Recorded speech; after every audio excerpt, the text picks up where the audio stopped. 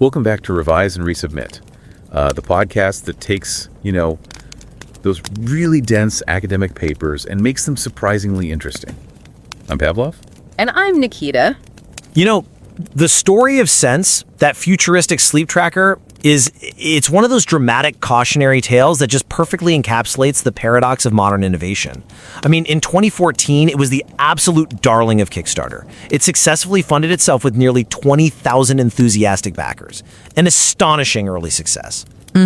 Yet, just 3 years later, in 2017, the product just vanished, wiped from the market entirely.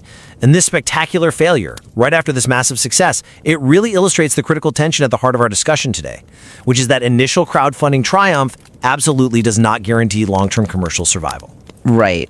And so this discourse is centered on the critical questions raised by this exact phenomenon, and we're drawing directly from the rigorous research by Haisu Zhang, who's affiliated with the Martin Tuchman School of Management at the New Jersey Institute of Technology.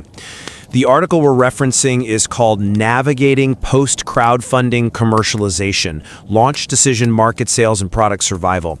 And it was published in the Journal of the Academy of Marketing Science. Which is a prestigious FT50 listed journal. It's a serious piece of work. Absolutely. And whether you subscribe to our channel or not, I would strongly urge you to make time to read this thoughtfully crafted and rigorously peer-reviewed article. We'll have the link for you in the show notes. So for anyone new to academic research, or maybe just starting their journey in this field, the backdrop here is this massive global crowdfunding market. It's a key driver of new products, mostly on platforms like Kickstarter. And the paper's key contribution is that it conceptualizes the entire journey after the campaign ends. They call it post-crowdfunding commercialization, or PCC. And it's a three-phase process. First, the launch decision, then the sales in the mainstream market, and finally, product survival in the long run. And the core finding we really have to wrestle with is that the primary metric of initial success, the crowd size, so the number of backers, is found to be this contradictory force. It's a powerful lever for market entry, but at the same time, it operates as a significant liability for long-term survival. So the specific question for our discourse today is, does that initial metric of crowd size fundamentally help or harm a product's long-term commercial survival? Especially when you're making that jump from the forgiving enthusiast early market to the much more pragmatic mainstream market. My position is pretty firm on this. A large crowd size is a necessary and powerful positive market signal. It provides the legitimacy and the momentum you need to drive product adoption in the first place. You simply cannot survive long-term if you fail to launch successfully. And I come at it from a different way. Well, that crowd size provides undeniable initial velocity. My position is that the negative consequences of managing that massive success far outweigh the positives. A large crowd size creates these significant operational and psychological liabilities that fundamentally damage customer satisfaction, which, at the end of the day, is the single most important factor for long-term viability. That initial popularity is a trap. I see why you emphasize the pitfalls. I do. But let me give you a different perspective. One that's grounded in the mechanics of market entry and social proof. A large crowd size operates as a profound positive market signal that drives product adoption. And why? Because a huge number of early supporters provides essential social proof.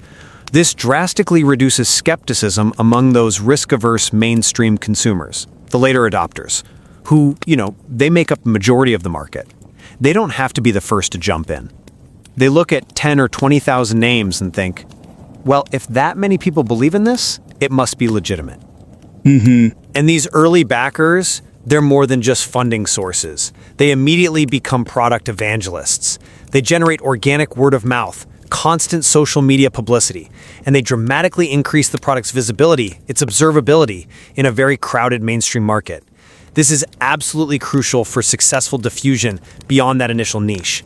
So this initial popularity and the adoption it generates, it translates directly to product survival. Adoption generates the sales revenue needed to establish financial stability, manufacturing scale, and crucial confidence. We see this in the launch data. Successful campaigns, the large crowd ones, were 7 times more likely to actually launch compared to campaigns that barely funded or failed. The crowd is the fuel that moves the product from a concept to a commercial reality. That's a compelling argument for getting to market, I'll give you that.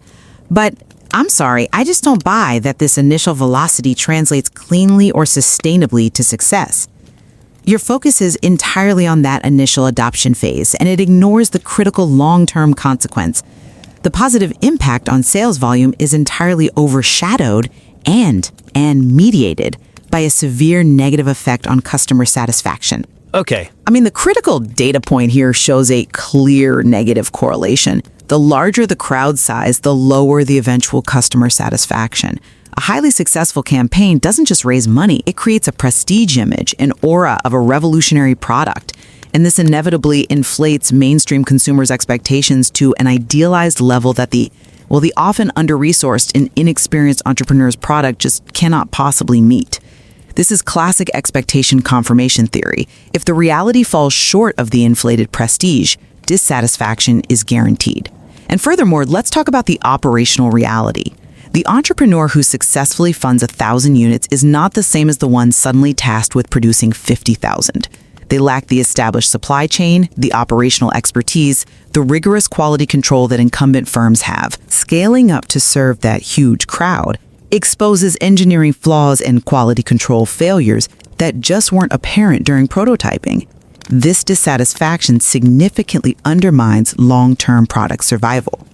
The study observed a staggering 58% long-term failure rate over 6 years. So the initial crowd, while providing capital, sets the entrepreneur up for an inevitable fall. This brings us to the core theoretical challenge you mentioned, that dual market transition. You focus so heavily on the liability created by the crowd, yet without the market signal and adoption driven by that crowd, there is no product life cycle to even fail in. The mediation effect here is key. Crowd size works through both positive adoption and negative satisfaction. You can't have the failure liability without first having the adoption success. That raises the fundamental theoretical hurdle. You're focusing on simple market entry, but we need to talk about the chasm that every innovator has to cross, which was popularized by Moore's innovation diffusion model.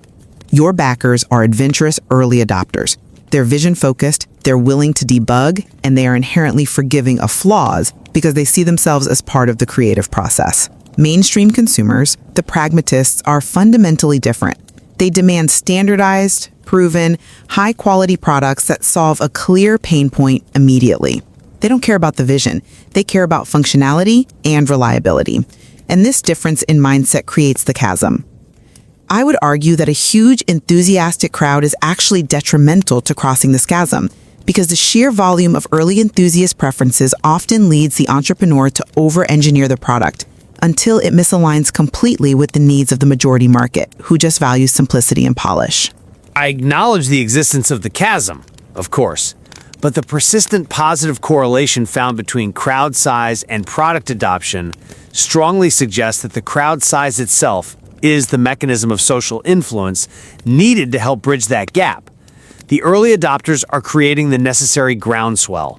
They are actively providing the references, the reviews, the public profile that helps the mainstream market overcome its risk aversion. They are the human bridge. But look at the outcome. The data shows this social influence successfully accelerates initial sales, the adoption, but it critically fails to sustain long-term viability, the survival. Why?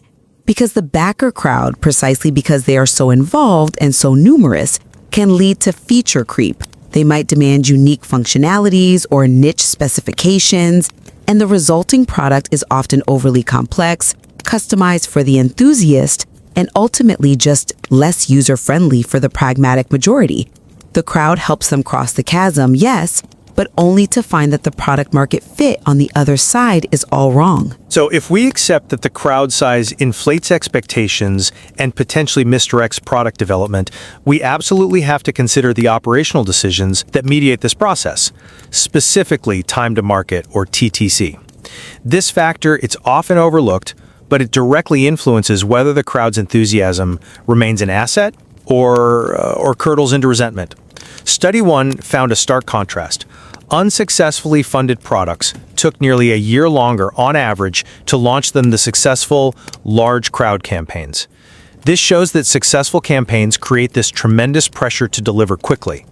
Momentum is a perishable commodity, and the sheer force of a large crowd compels speed, which I see as fundamentally positive for market survival. Delay means stagnation. That's a compelling argument about momentum.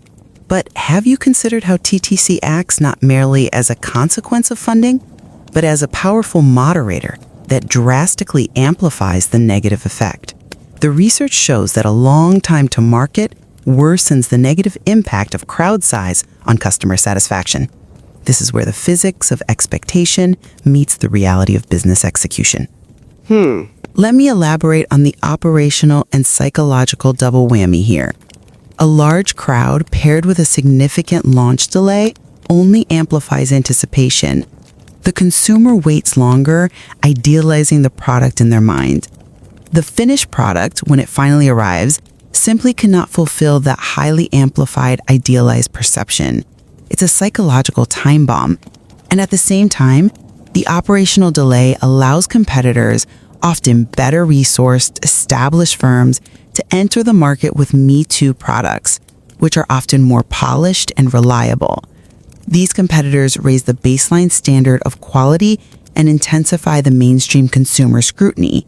The waiting period turns that initial enthusiasm into a massive long-term liability. I think you're overlooking the fact that the initial successful crowd provides the necessary financial buffer to navigate those unexpected operational delays without dissolving the entire project. When competitors enter, that initial crowd is what allows the entrepreneur to pivot or iterate. They have the sales and the brand recognition because of the crowd. The fact that the average time to market was 391 days shows just how challenging scaling is, but the successful entrepreneurs survived that delay precisely because they had that massive initial validation and capital. But survival is relative. We're debating long-term commercial viability, which is measured by sustained sales and positive reputation, not just existing.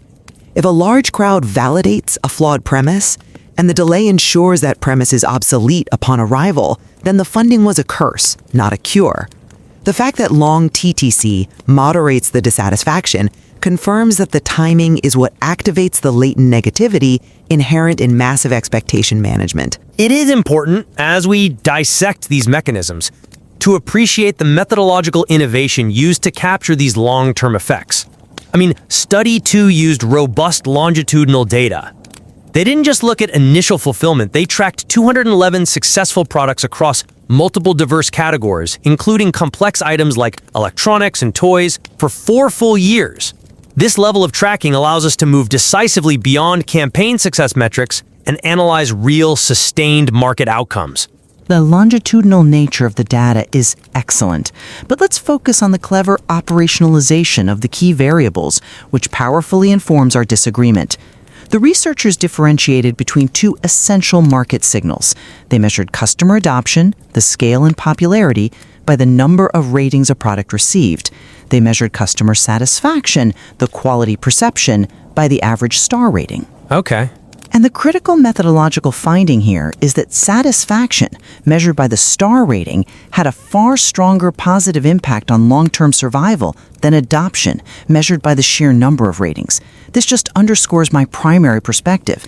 Product longevity relies far more on managed expectations and sustained quality perception than on initial sales volume or hype. Popularity gets you noticed. Quality keeps you selling. But that's a bit of a chicken and egg situation, isn't it? The number of ratings determines whether the product is even visible enough for the star rating to matter. Adoption, or sheer volume, is the required throughput to even collect statistically meaningful satisfaction data. You can't achieve critical mass for mainstream market survival without first maximizing adoption. The research confirms a full mediation effect. The crowd size's positive effect on survival is routed entirely through adoption, while its negative effect is routed entirely through satisfaction. Both pathways are essential. And the reality is that the positive adoption channel, your momentum argument, is offset and sometimes just neutralized by the negative satisfaction channel, my prestige liability argument. The reason the dual market view is so critical is that the mainstream consumer sees the high number of initial ratings, which encourages purchase, but then reacts severely to the subsequent disappointment in the form of low star ratings, which leads to the product's eventual withdrawal from the market. So we learned back on this success trap dynamic. I fully acknowledge that while crowd size brings this massive risk of overpromising, its signaling power is fundamentally essential for getting the product adopted in the first place.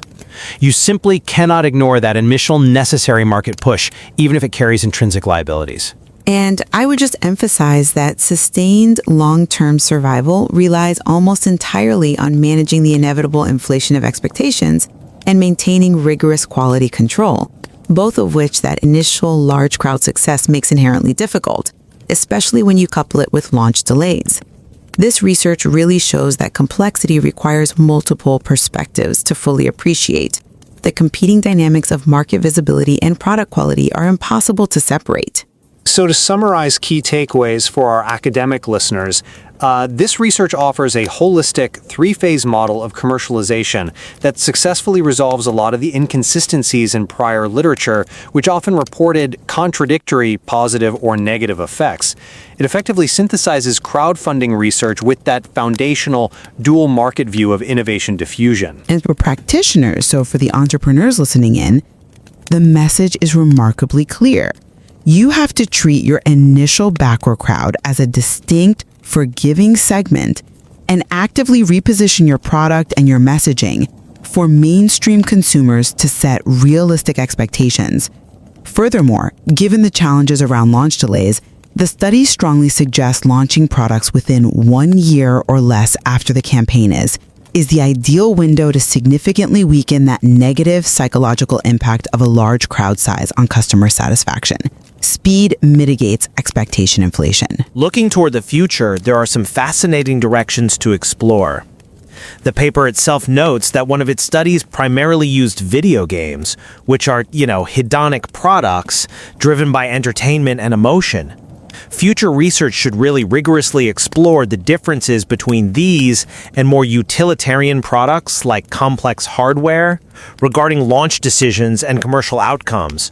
I mean, does that promise liability tension shift depending on whether the consumer is seeking function or feeling? And crucially, Study 2 was limited to only successfully funded projects. We need to explore the factors that drive successful products that fail to meet their funding goals, but are still launched. Understanding the persistence, the external funding, and the eventual market performance when that crowd validation is explicitly missing would be fascinating. Also, tracking crowdfunded products across multiple retail channels, moving beyond the Amazon data used here, could reveal a lot of unobservable factors about channel selection and market positioning.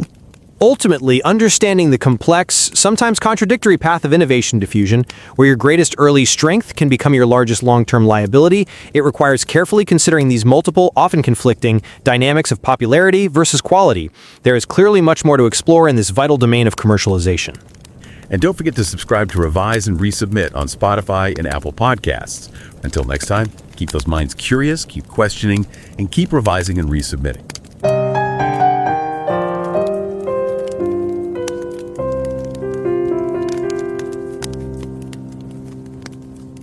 Revise and রিসাবমিটে স্বাগতম। আমি Pavlov. আর আমি নিকিতা। ধরুন আপনার মাথায় দারুণ একটা idea এসেছে। আপনি এমন একটা স্মার্ট স্লিপ ট্র্যাকার বানাতে চান যা শুধু ঘুম ট্র্যাকই করবে না, বরং ঘুমের মান উন্নত করবে।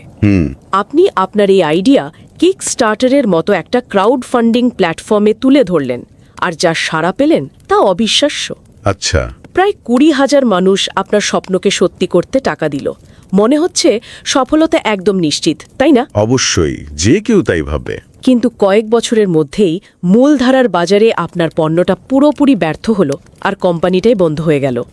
সেন্স নামের একটা স্লিপ ট্র্যাকারের সাথে ঠিক এটাই ঘটেছিল।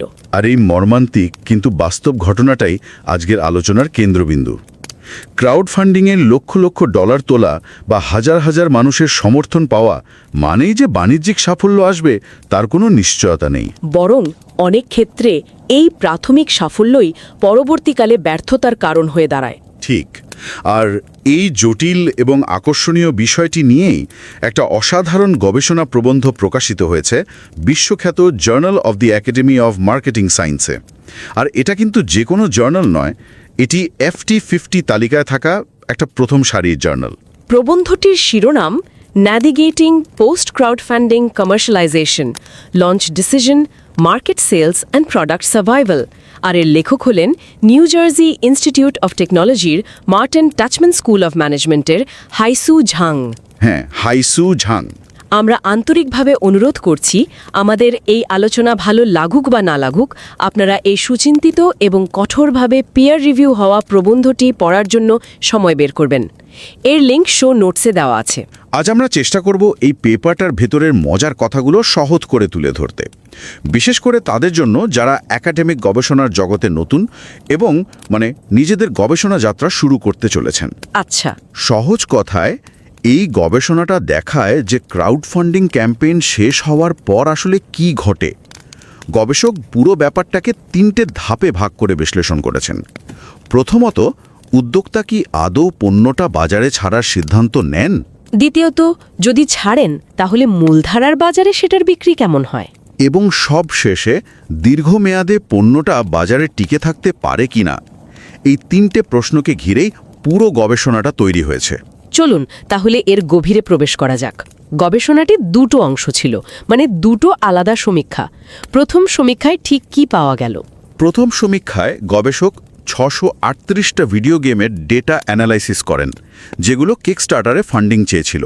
কিছু সফল হয়েছিল, কিছু হয়নি। ফলাফলটা একদিক থেকে খুবই স্পষ্ট। যে গেমগুলো সফলভাবে ফান্ড পেয়েছিল সেগুলোর বাজারে আসার সম্ভাবনা যেগুলো ব্যর্থ হয়েছিল সেগুলোর চেয়ে প্রায় 7 গুণ বেশি ছিল। আচ্ছা, এটা তো কিছুটা স্বাভাবিকই মনে হচ্ছে। টাকা পেলে পণ্য বাজারে আসবে, টাকা না পেলে আসবে না। এর মধ্যে নতুন বা অবাক করার মতো কি আছে? এখানেই আসল চমকটা। আমরা সবাই ভাবি টাকাই সব, কিন্তু গবেষণা বলছে সফল প্রকল্পগুলোর ক্ষেত্রেও কত টাকা উঠেছে তার চেয়েও গুরুত্বপূর্ণ হলো কতজন মানুষ, অর্থাৎ ব্যাকার, প্রকল্পটিকে সমর্থন করেছে। বলেন কি? হ্যাঁ, এই সংখ্যাটাই পণ্য বাজারে ছাড়ার সিদ্ধান্তকে বেশি প্রভাবিত করেছে।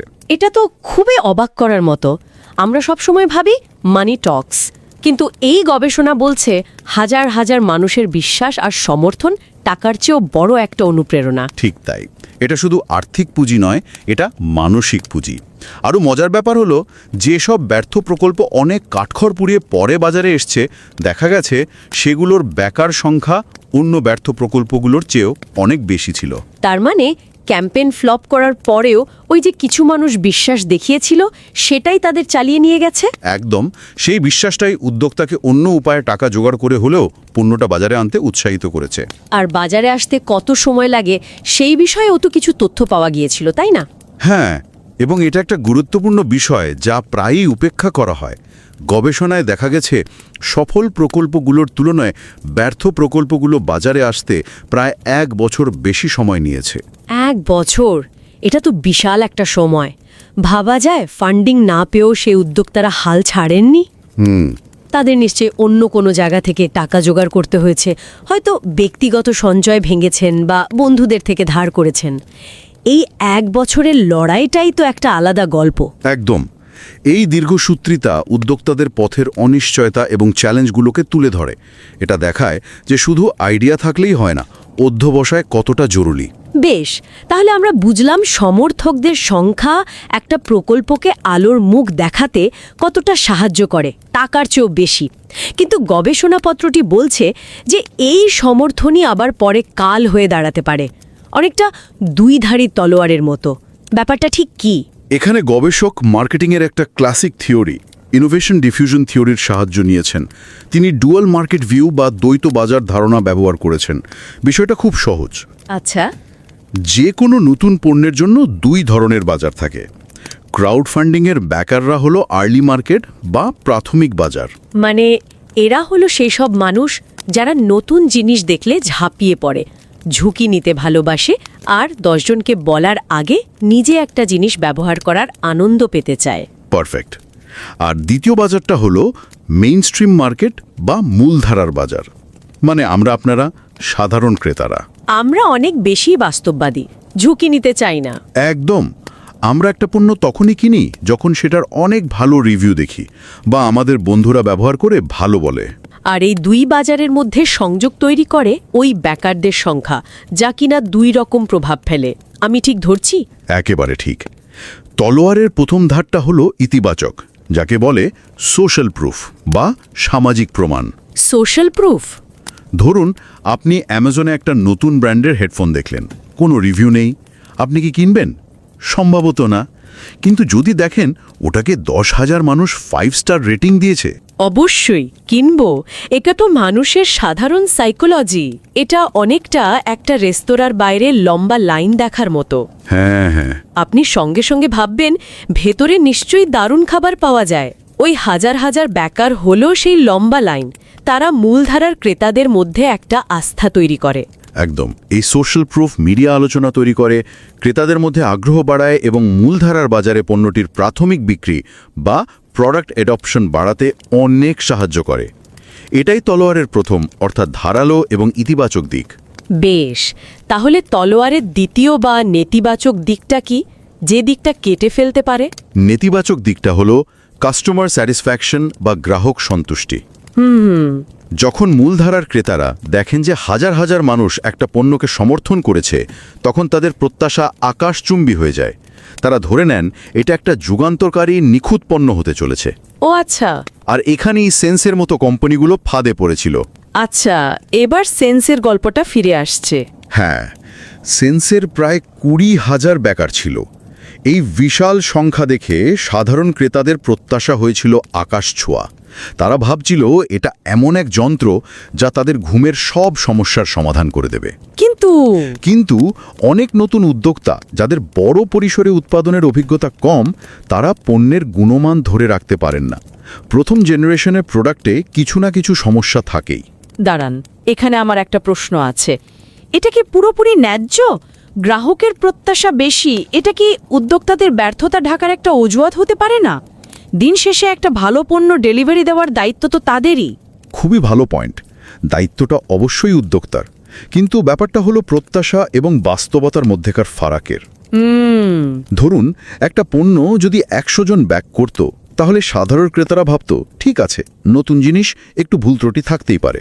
কিন্তু যখন 20,000 মানুষ ব্যাক করে, তখন প্রত্যাশার পারতটা এতটাই চড়ে যায় যে ছোটখাটো ভুলও বিশাল মনে হয়। আচ্ছা আচ্ছা। উঁচু প্রত্যাশা আর তুলনামূলকভাবে সাধারণ মানের পণ্য, এই দুইয়ের সংঘাতে গ্রাহকরা মারাত্মকভাবে অসন্তুষ্ট হন। যে সোশ্যাল প্রুফ শুরুতে আশীর্বাদ ছিল, সেটাই শেষে অভিশাপ হয়ে দাঁড়ায়। তার মানে যত বেশি ব্যাকার, তত বেশি প্রাথমিক বিক্রি, কিন্তু গ্রাহকদের হতাশ হওয়ার আশঙ্কাও ততটাই বেশি। এটা তো একটা প্যারাডক্স। ঠিক। এর চূড়ান্ত পরিণতি হলো প্রোডাক্ট সার্ভাইভাল বা পণ্যের টিকে থাকা। গবেষণায় খুব পরিষ্কারভাবে দেখা গেছে, যদিও প্রাথমিক বিক্রি একটা পণ্যকে বাজারে টিকে থাকতে সাহায্য করে, কিন্তু ওটাই শেষ কথা না। একদম না। গ্রাহক সন্তুষ্টির প্রভাব তার চেয়েও অনেক অনেক বেশি শক্তিশালী। একজন অসন্তুষ্ট গ্রাহক 10 জনকে তার খারাপ অভিজ্ঞতার কথা বলে। নেতিবাচক রিভিউ, খারাপ ওয়ার্ড অফ মাউথ, এগুলো একটা নতুন পণ্যের সুনামকে পুরোপুরি ধ্বংস করে দেয়। সহজ কথায়, অসন্তুষ্ট গ্রাহকদের নিয়ে কোনো পণ্য দীর্ঘমেয়াদে বাজারে টিকে থাকতে পারে না। আর আমি অনুমান করতে পারছি যে টাইম টু মার্কেট বা বাজারে আসতে কতটা দেরি হচ্ছে, সেটাও এই পরিস্থিতিকে আরও জটিল করে তোলে, তাই না? হ্যাঁ, এটা আগুনে ঘি ঢালার মতো কাজ করে। গবেষণায় দেখা গেছে, ক্রাউডফান্ডিং ক্যাম্পেইন শেষ হওয়া এবং বাজারে পণ্য ছাড়ার মধ্যেকার সময় যত দীর্ঘ হয়, গ্রাহকদের অসন্তুষ্টির ওপর ব্যাকার সংখ্যার নেতিবাচক প্রভাব ততটা তীব্র হয়। এর কারণ কি? দুটো কারণ আছে। হ্যাঁ, দুটো প্রধান কারণ আছে। প্রথমত, দীর্ঘ অপেক্ষা গ্রাহকদের প্রত্যাশা আরও বাড়িয়ে দেয়। তারা ভাবতে শুরু করে, আরে এরা তো 2 বছর ধরে জিনিসটা বানাচ্ছে, নিশ্চয়ই অসাধারণ কিছু একটা হবে। এটা অনেকটা 10 বছর ধরে কোনো সিনেমার সিকুয়েলের জন্য অপেক্ষা করার মতো। যখন সিনেমাটা রিলিজ হয়, আপনার প্রত্যাশা এতটাই উঁচুতে থাকে যে সেটা পূরণ করা প্রায় অসম্ভব। ঠিক তাই। আর দ্বিতীয় কারণ হলো, এই দীর্ঘ সময় বাজার বসে থাকে না, নতুন প্রতিযোগী চলে আসে। যখন আপনার পণ্যটি অবশেষে বাজারে আসে, তখন ক্রেতারা সেটার তুলনা করে বাজারের সেরা সবচেয়ে নতুন পণ্যটির সাথে। 2 বছর আগে হয়তো আপনার আইডিয়াটা ইউনিক ছিল, কিন্তু এখন আর নেই। ফলে পণ্যের ছোটখাটো দুর্বলতাগুলো অনেক বড় করে চোখে পড়ে। তাহলে এই পুরো আলোচনা থেকে যদি মূল শিক্ষণীয় বিষয়গুলো বের করে আনতে হয় একজন নতুন উদ্যোক্তা বা একজন তরুণ গবেষকের জন্য, সেগুলো কি হবে? উদ্যোক্তাদের জন্য মূল বার্তা হলো শুধুমাত্র ব্যাখ্যার্থের সংখ্যা বা তোলা টাকার পরিমাণ দেখে আত্মতুষ্টিতে ভুগলে চলবে না। ক্রাউডফান্ডিংয়ের সাফল্য একটা দারুণ শুরু, কিন্তু এটা ম্যারাথনের প্রথম মাইলস্টোন মাত্র, ফিনিশ লাইন নয়। এটা খুব গুরুত্বপূর্ণ একটা কথা। প্রাথমিক বিক্রির চেয়েও পণ্যের গুণমান এবং গ্রাহক সন্তুষ্টি দীর্ঘমেয়াদী সাফল্যের জন্য অনেক বেশি জরুরি। তাদের উচিত গ্রাহকদের প্রত্যাশা নিয়ন্ত্রণ করা এবং যত দ্রুত সম্ভব একটি মানসম্মত পণ্য বাজারে আনা। প্রতিশ্রুতির চেয়ে বেশি ডেলিভারি দেওয়া, কম নয়। একদম। আর গবেষকদের জন্য যারা এই ধরনের কাজ করতে চান? গবেষকদের জন্য এই প্রবন্ধটি ক্রাউডফান্ডিং পরবর্তী পরিস্থিতি বিশ্লেষণের জন্য একটি সম্পূর্ণ নতুন কাঠামো বা ফ্রেমওয়ার্ক তৈরি করে দিয়েছে। এটি ক্লাসিক ইনোভেশন থিওরির সাথে ক্রাউডফান্ডিং গবেষণার একটি সুন্দর মেলবন্ধন ঘটিয়েছে। এটা দেখায় যে কিভাবে প্রাথমিক বাজারের সাফল্য মূলধারার বাজারে একটা দ্বৈত এমনকি বিপরীতধর্মী প্রভাব ফেলতে পারে। মানে এটা ভবিষ্যতের গবেষণার জন্য অনেক দরজা খুলে দেয়। ঠিক তাই। এই গবেষণাটি অনেক প্রশ্নের উত্তর দেওয়ার পাশাপাশি নিঃসন্দেহে অনেক নতুন প্রশ্নেরও জন্ম দিয়েছে। ভবিষ্যতের গবেষণার পথ কি হতে পারে? অবশ্যই। যেমন এই তত্ত্বগুলো কি সব ধরনের পণ্যের ক্ষেত্রে একইভাবে কাজ করবে? একটা ভিডিও গেমের বাণিজ্যিক যাত্রাপথ আর একটা কিচেন গ্যাজেটের যাত্রাপথ কি একই রকম হবে? বা ধরুন একটা সামাজিক প্রকল্পের ক্ষেত্রে? ঠিক। আবার পণ্যটা শুধু অ্যামাজনে বিক্রি না হয়ে যদি বিভিন্ন রিটেল চ্যানেলে বিক্রি হয়, তাহলে ফলাফল কি হতে পারে? আর আমার কাছে সবচেয়ে গুরুত্বপূর্ণ প্রশ্ন হলো উদ্যোক্তাদের মানসিক জগতে কি ঘটে। বিশেষ করে একটা ব্যর্থ ক্যাম্পেইনের পরেও কেন তারা অদম্যভাবে পণ্যটি বাজারে আনার সিদ্ধান্ত নেন? এই গবেষণাটি আমাদের দেখিয়েছে কি ঘটছে, কিন্তু ভবিষ্যতের গবেষণা হয়তো আমাদের বলতে পারবে কেন ঘটছে। আর সেখানেই লুকিয়ে আছে আরও অনেক গভীর এবং মানবিক অন্তর্দৃষ্টি।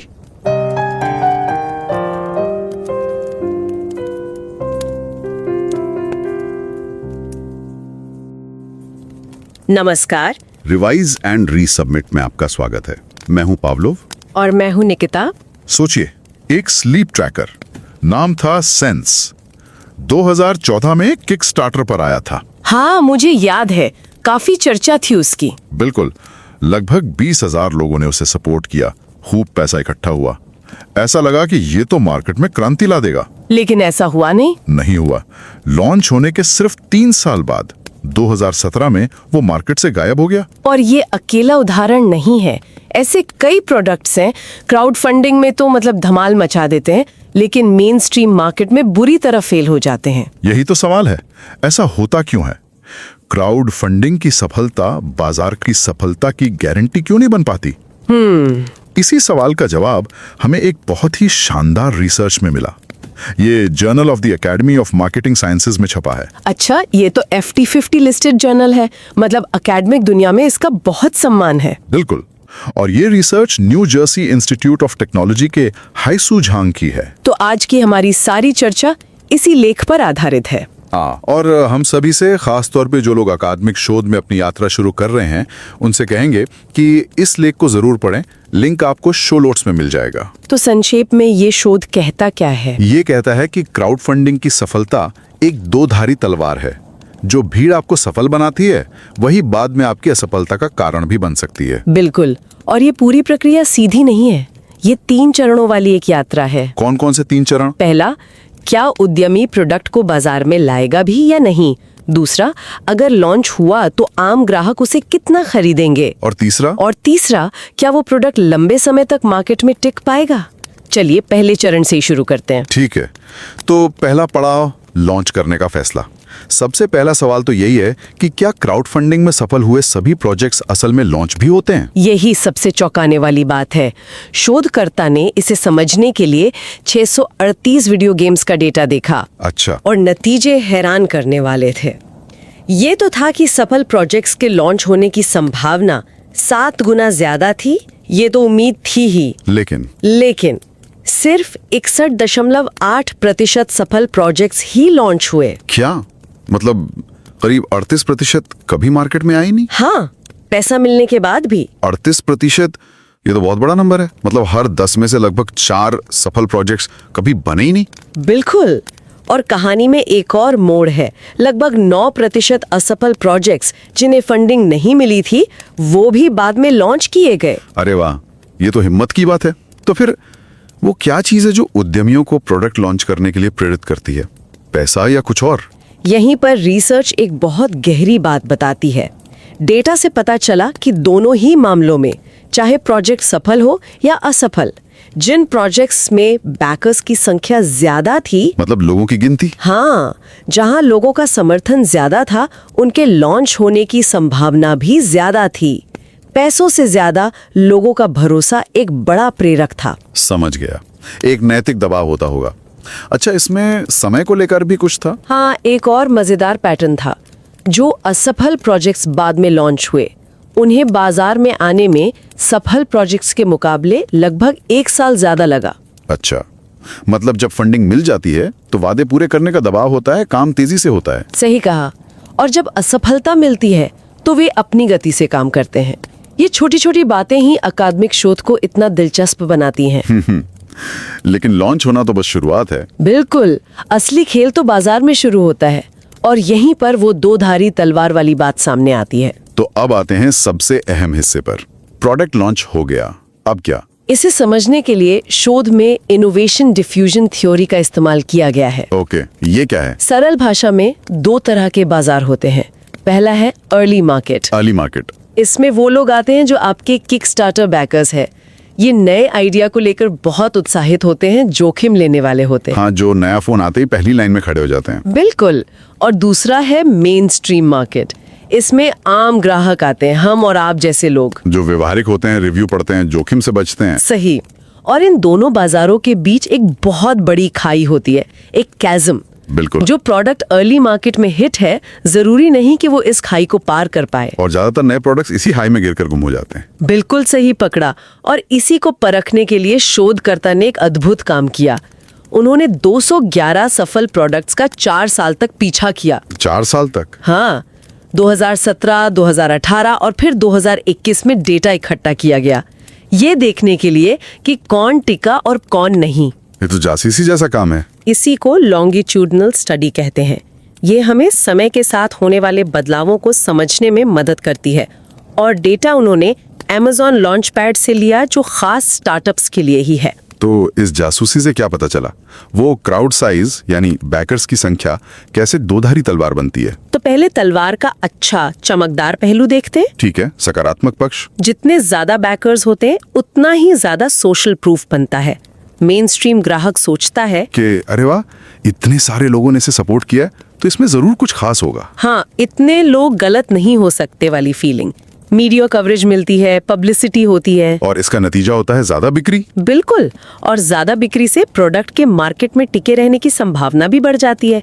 यहाँ तक तो सब बढ़िया लगता है। तो फिर गड़बड़ कहाँ होती है? इस तलवार की दूसरी धार क्या है? गड़बड़ होती है इंसानी उम्मीदों में। अच्छा? किसी प्रोडक्ट को 50,000 लोगों ने सपोर्ट किया है, तो उसके दिमाग में उस प्रोडक्ट की एक असाधारण तस्वीर बन जाती है। वो सोचता है ये परफेक्ट होगा। और उम्मीदें अक्सर टूटती हैं। सही कहा। और इसका दूसरा और भी पेचीदा पहलू है, जब आपके पास हजारों बैकर्स होते हैं, तो आपको हजारों सुझाव भी मिलते हैं। अरे हाँ, हर कोई चाहता है कि उसका पसंदीदा फीचर हो। इसमें ये भी डाल दो, उसका रंग बदल दो।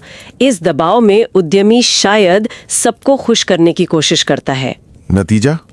प्रोडक्ट बहुत ज्यादा जटिल बन जाता है, या अपने मूल आइडिया से ही भटक जाता है। बिल्कुल। और उसकी गुणवत्ता मतलब क्वालिटी गिर जाती है। वो कूलेस्ट कूलर का उदाहरण याद है? उसमें ब्लेंडर था, स्पीकर था, चार्जर था, और लोगों ने कहा कि वो असल में एक अच्छा कूलर ही नहीं था। यही बात है। तो अब सोचिए, एक तरफ ग्राहक की उम्मीदें आसमान पर हैं, और दूसरी तरफ हाथ में आया प्रोडक्ट जटिल और शायद कम क्वालिटी का है। नतीजा जबरदस्त असंतोष, कस्टमर डिससैटिस्फैक्शन। और फिर नेगेटिव रिव्यू आते हैं जो बाकी लोगों को भी खरीदने से रोकते हैं। यही है उस तलवार का दूसरा खतरनाक किनारा। ज्यादा बैकर्स बिक्री तो बढ़ाते हैं, लेकिन साथ ही ग्राहकों के असंतोष का खतरा भी कई गुना बढ़ा देते हैं। वाह, ये तो सच में एक दुविधा है। इसमें टाइम टू मार्केट मतलब लॉन्च में लगने वाले समय का भी कोई रोल था, है ना? हाँ, और ये बहुत जरूरी है। शोध में पाया गया कि लॉन्च में जितनी ज्यादा देरी होती है, ये नकारात्मक प्रभाव उतना ही गहरा हो जाता है। ऐसा क्यों? 2 कारण है। पहला, इंतजार के दौरान ग्राहकों की उम्मीदें और भी ज्यादा बढ़ जाती हैं। वो सोचते हैं 2 साल लग रहे हैं तो ये जरूर कुछ जादुई होगा। और दूसरा? दूसरा कारण है बाजार। उस 2 साल में बाजार खाली नहीं बैठा रहता, प्रतियोगी और बेहतर प्रोडक्ट्स आ जाते हैं। समझ गया।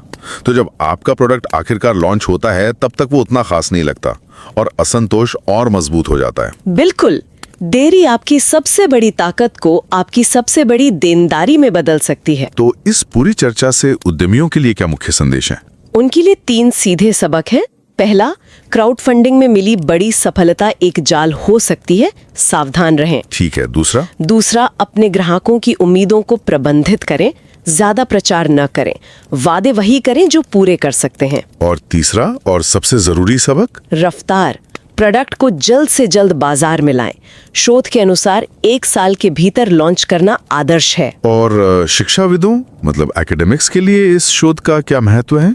उनके लिए ये शोध एक नया 3 चरणीय मॉडल देता है और ये साबित करता है कि प्रोडक्ट का अस्तित्व सिर्फ बिक्री यानी क्वांटिटी पर नहीं, बल्कि ग्राहक संतुष्टि यानी क्वालिटी पर ज्यादा निर्भर करता है। एक अच्छी रिसर्च हमेशा नए सवाल खड़े करती है।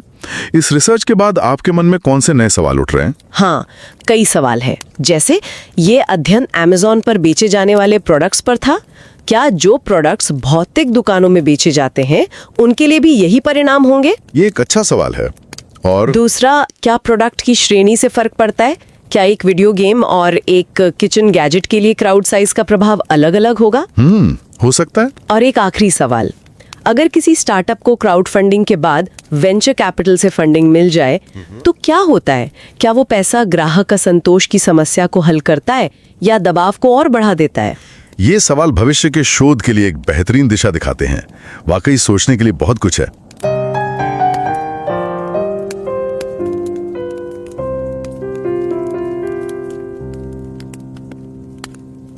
Vielleicht erinnerst du dich ja noch an Sense, diesen kleinen runden Schlaftracker. Oh ja, das war doch dieses riesige Ding auf Kickstarter, oder 2014, so um den Dreh?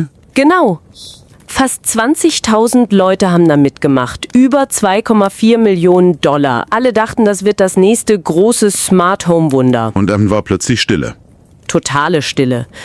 Nur 3 Jahre später, 2017, war das Produkt weg vom Markt. Die Firma pleite.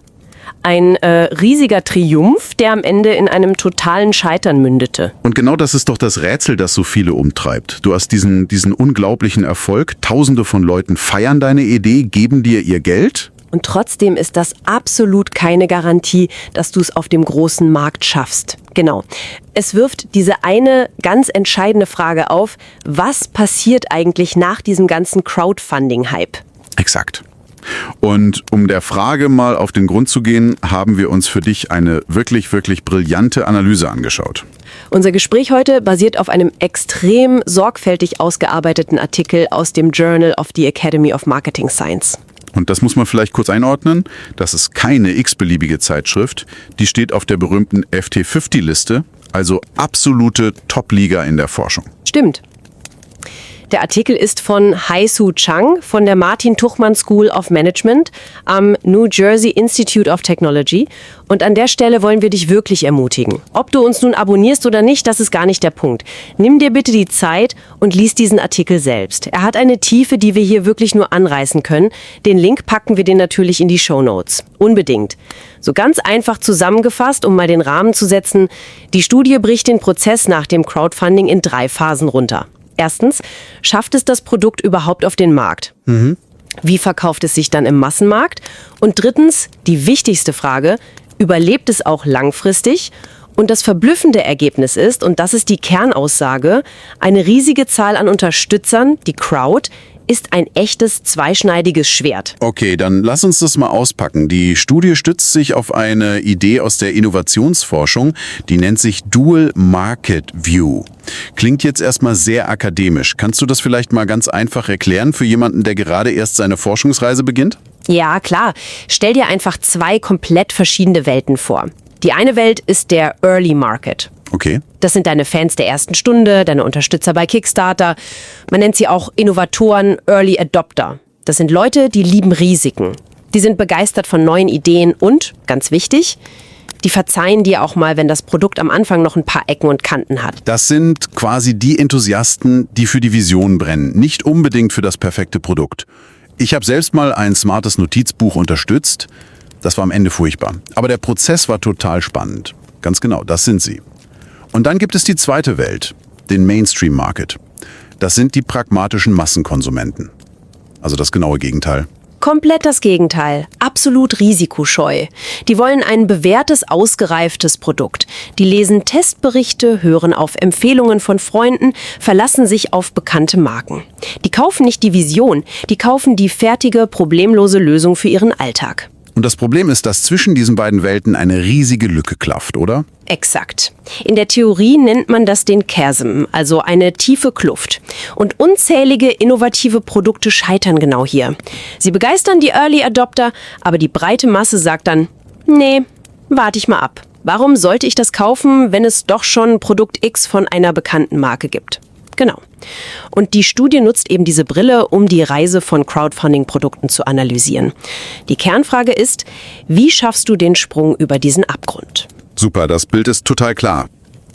Jetzt bin ich gespannt, wie die Autorin das konkret untersucht hat. Sie hat ja 2 ganz unterschiedliche Studien gemacht. Lass uns doch mal mit der ersten anfangen, die mit den Videospielen. Ja, die erste Studie ist sehr clever. Die Autorin hat sich Daten von 638 Videospielprojekten auf Kickstarter aus dem Jahr 2016 geschnappt. Videospiele sind da ein super Feld, weil es öffentliche Datenbanken gibt, Mobi-Games zum Beispiel, und Verkaufsplattformen wie Steam. Ah, okay. Man kann also gut nachverfolgen, ob ein Spiel, das auf Kickstarter versprochen wurde, am Ende auch wirklich erscheint. Ganz genau. Sie hat systematisch verglichen, was passierte mit erfolgreich finanzierten Spielen und was mit denen, die ihr Ziel verfehlt haben. Das erste Ergebnis ist jetzt wenig überraschend. Erfolgreich finanzierte Spiele hatten eine rund 7-mal höhere Chance, überhaupt auf den Markt zu kommen. Logisch, Geld hilft. Ja, aber, und jetzt wird's interessant, es gab ja auch einige der gescheiterten Projekte, die es trotzdem irgendwie auf den Markt geschafft haben. Und diese Projekte brauchten im Schnitt ein ganzes Jahr länger. Wow. Das zeigt diesen zähen Kampf zwischen der Beharrlichkeit der Entwickler und dem verlorenen Momentum der Kampagne. Das überrascht mich jetzt. Ich wäre davon ausgegangen, dass es am Ende nur ums Geld geht. Was war denn bei den erfolgreichen Projekten der entscheidende Faktor für die Markteinführung? War es die Höhe der Finanzierungssumme? Und das ist die zweite große Überraschung aus Studie 1. Nein, es war nicht primär das Geld. Bei den erfolgreichen Projekten war die reine Anzahl der Unterstützer ein viel, viel stärkerer Indikator dafür, ob das Spiel wirklich veröffentlicht wird. Moment.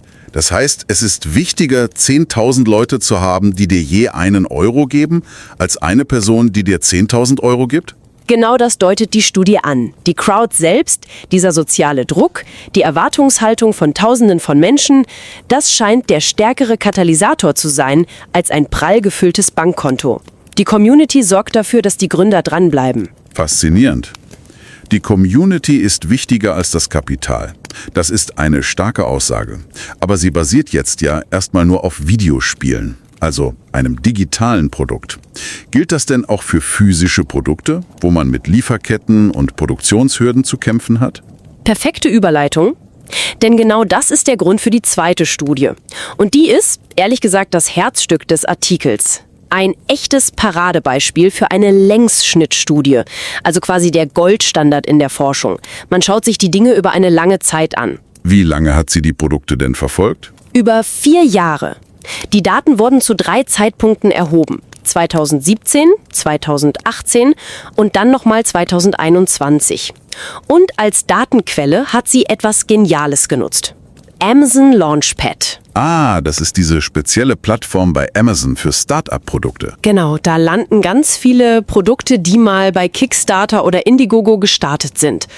Das ist natürlich eine Goldgrube für Daten. Klar, da sieht man ja nicht nur, ob das Produkt da ist, sondern bekommt auch knallharte Daten, wie es sich verkauft und was die Kunden dazu sagen. Exakt. Sie hat sich eine Stichprobe von 211 physischen Produkten vorgenommen, Elektronik, Haushalt, Spielzeug, alles Mögliche. Und die hat sie dann über 4 Jahre getrackt, um eben nicht nur Verkäufe zu messen, sondern auch Kundenzufriedenheit. Und am Ende ist das Produkt überhaupt noch da. Okay, und hier kommen wir jetzt zum Kern, zu diesem zweischneidigen Schwert. Die zentrale These ist ja: Eine große Crowd ist Segen und Fluch zugleich. Lass uns das mal auseinandernehmen. Was ist die gute Seite, der Segen? Der Segen ist das, was die meisten intuitiv erwarten. Hypothese 1 lautet, je mehr Unterstützer du hattest, desto höher ist die Produktakzeptanz im Massenmarkt. Gemessen hat die das an der Anzahl der Kundenbewertungen auf Amazon, was ein sehr guter Stellvertreter für die Verkaufszahlen ist. Und der Mechanismus dahinter ist das, was man Social Proof nennt, richtig? Exakt. Social Proof ist im Grunde der Herdentrieb im Internet. Wenn du siehst, dass 20.000 Leute dieses Produkt schon vorab unterstützt haben, sendet das ein enormes Vertrauenssignal an den Mainstream-Kunden. Klar, das erzeugt Medienaufmerksamkeit, Mundpropaganda. Und die ersten Unterstützer werden zu deinen Markenbotschaftern. Sie treiben die erste Verkaufswelle an. Okay, der Segen ist also mehr Unterstützer, mehr Social Proof, mehr Verkäufe. Das klingt für mich nach einem reinen Erfolgsrezept. Ich sehe den Haken noch nicht. Wo ist denn da der Fluch? Der Fluch ist die dunkle Kehrseite. Und die zweite wirklich kontraintuitive Hypothese. Dieselbe große Crowd, die für die hohen Verkaufszahlen sorgt, führt gleichzeitig zu einer signifikant geringeren Kundenzufriedenheit. Wirklich? Ja. Gemessen an der durchschnittlichen Sternebewertung auf Amazon. Moment mal, das widerspricht doch der Idee von der Weisheit der vielen. Müsste eine große Crowd mit viel Feedback nicht eigentlich zu einem besseren Produkt führen? Das ist ein exzellenter Punkt und genau das, was man annehmen würde. Aber die Studie liefert 2 starke Gründe, warum das Gegenteil der Fall ist. Der erste Grund sind völlig überzogene Erwartungen. Ah, okay. Der ganze Hype, die glühenden Berichte in Tech-Blogs, die euphorischen Kommentare, all das baut eine Erwartungshaltung bei den späteren Mainstream-Kunden auf, die fast so real ist. Die erwarten kein gutes Produkt, die erwarten ein Wunder. Und ein junges Startup, das zum ersten Mal in Massenproduktion geht, kann dieses Versprechen fast unmöglich einlösen. Die Fallhöhe ist einfach riesig. Genau, die Enttäuschung ist quasi vorprogrammiert. Und der zweite Grund ist eine potenziell geringere Produktqualität. Viele Gründer sind auf die Komplexität der Massenfertigung einfach nicht vorbereitet. Und was ist mit dem Feedback? Das kann auch zum Problem werden. Eine riesige Crowd kann zu einem Design by Committee führen. Man bekommt tausende Vorschläge, versucht es allen recht zu machen, fügt hier ein Feature hinzu, dort eine Funktion. Und am Ende hat man ein überladenes Produkt, das von der ursprünglichen Vision abweicht und niemanden mehr richtig glücklich macht. Genau das. Okay, das verstehe ich. Man hat also auf der einen Seite hohe Verkaufszahlen, was gut ist, aber auf der anderen Seite unzufriedene Kunden, was schlecht ist. Was wiegt denn auf lange Sicht schwerer für das Überleben des Produkts? Das ist die Millionen-Euro-Frage und die Studie beantwortet sie. Beide Pfade beeinflussen natürlich das Überleben. Aber, und das ist die entscheidende Erkenntnis, der negative Effekt der Kundenzufriedenheit ist stärker als der positive Effekt der reinen Verkaufszahlen. Das heißt, langfristig schlägt Qualität die Quantität. Du kannst einen Hype kurzfristig reiten, aber wenn das Produkt die Leute enttäuscht, verschwindet es vom Markt. Das ist im Grunde die Geschichte von Sense. Ganz genau. Sense hatte einen riesigen Hype, gute Verkaufszahlen, aber die Bewertungen waren durchwachsen. Am Ende hat die Unzufriedenheit den anfänglichen Erfolg einfach aufgefressen. Die Studie geht ja noch auf einen weiteren Faktor ein, der mir extrem wichtig erscheint, die Zeit. Die Time to Market. Welche Rolle spielt die? Eine absolut entscheidende. Und zwar als Brandbeschleuniger für das Problem. Die Studie zeigt, eine lange Time to Market verschlimmert den negativen Effekt der Crowdgröße auf die Kundenzufriedenheit noch weiter. Das ist ja ein Teufelskreis. Lass mich raten, warum. Erstens, je länger ich warte, desto gigantischer werden meine Erwartungen. Perfekt erfasst. Die Fallhöhe wird mit jedem Monat Verzögerung noch größer.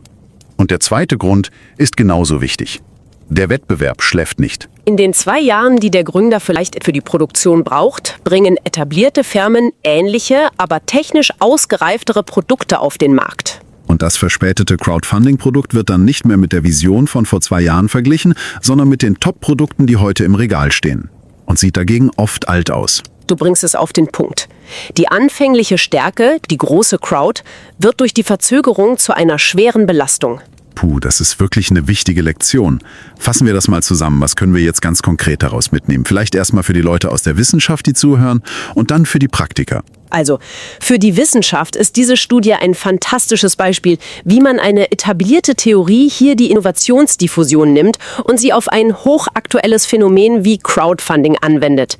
Und es zeigt, wie wertvoll dieser Multimethodenansatz ist, also die Kombination aus der Videospielanalyse und der Längsschnittstudie. Und für die Gründer da draußen. Was ist die wichtigste Botschaft? Die Botschaft ist, lass dich nicht vom Hype blenden. Die Zahl der Unterstützer ist eine oberflächliche Kennzahl. Der Fokus muss auf 2 Dingen liegen. Erstens, das Management der Kundenerwartungen. Sei ehrlich, kommuniziere klar. Und zweitens, die kompromisslose Sicherung der Produktqualität. Und schnell. Und, ganz entscheidend, sei schnell. Bring dein Produkt auf den Markt. Die Studie legt nahe, dass ein Zeitfenster von unter einem Jahr zwischen Kampagne und Launch ideal ist, um die negativen Effekte zu minimieren. Die Studie beantwortet unglaublich viele Fragen, aber wie gute Forschung das so an sich hat, wirft sie bei mir sofort wieder neue auf. Absolut. Das ist das beste Zeichen. Sie regt zum Weiterdenken an. Ich frage mich zum Beispiel, gilt das alles eigentlich auch für eine Dienstleistung oder eine App? Guter Punkt. Die haben keine physische Produktion, aber ja auch Skalierungs- und Qualitätsprobleme. Genau, wenn plötzlich Hunderttausende Nutzer auf die Server zugreifen. Oder was ist mit der Finanzierung nach der Kampagne? Viele erfolgreiche Kickstarter-Projekte holen sich ja danach noch Risikokapital von VCs an Bord. Eine super spannende Frage. Hilft dieses zusätzliche Geld, die Qualitätsprobleme zu entschärfen? Oder skaliert man damit nur die Probleme und den Erwartungsdruck, weil jetzt noch professionelle Investoren im Nacken sitzen? Und eine letzte Frage, die mir noch kommt. Die Studie hat sich ja auf Amazon konzentriert. Aber wie entscheiden Gründer eigentlich, wo sie nach der Kampagne verkaufen? Nur online oder versuchen sie, in den stationären Handel zu kommen? Auch das ist ein riesiges Feld. Jede dieser Entscheidungen hat ja enorme Konsequenzen für Logistik, Marketing, Margen. Man sieht also, diese Forschung ist wirklich nur der Anfang einer faszinierenden Reise. Sie hilft uns zu verstehen, was in dieser kritischen Phase passiert, nachdem der Applaus der ersten Fans verklungen ist.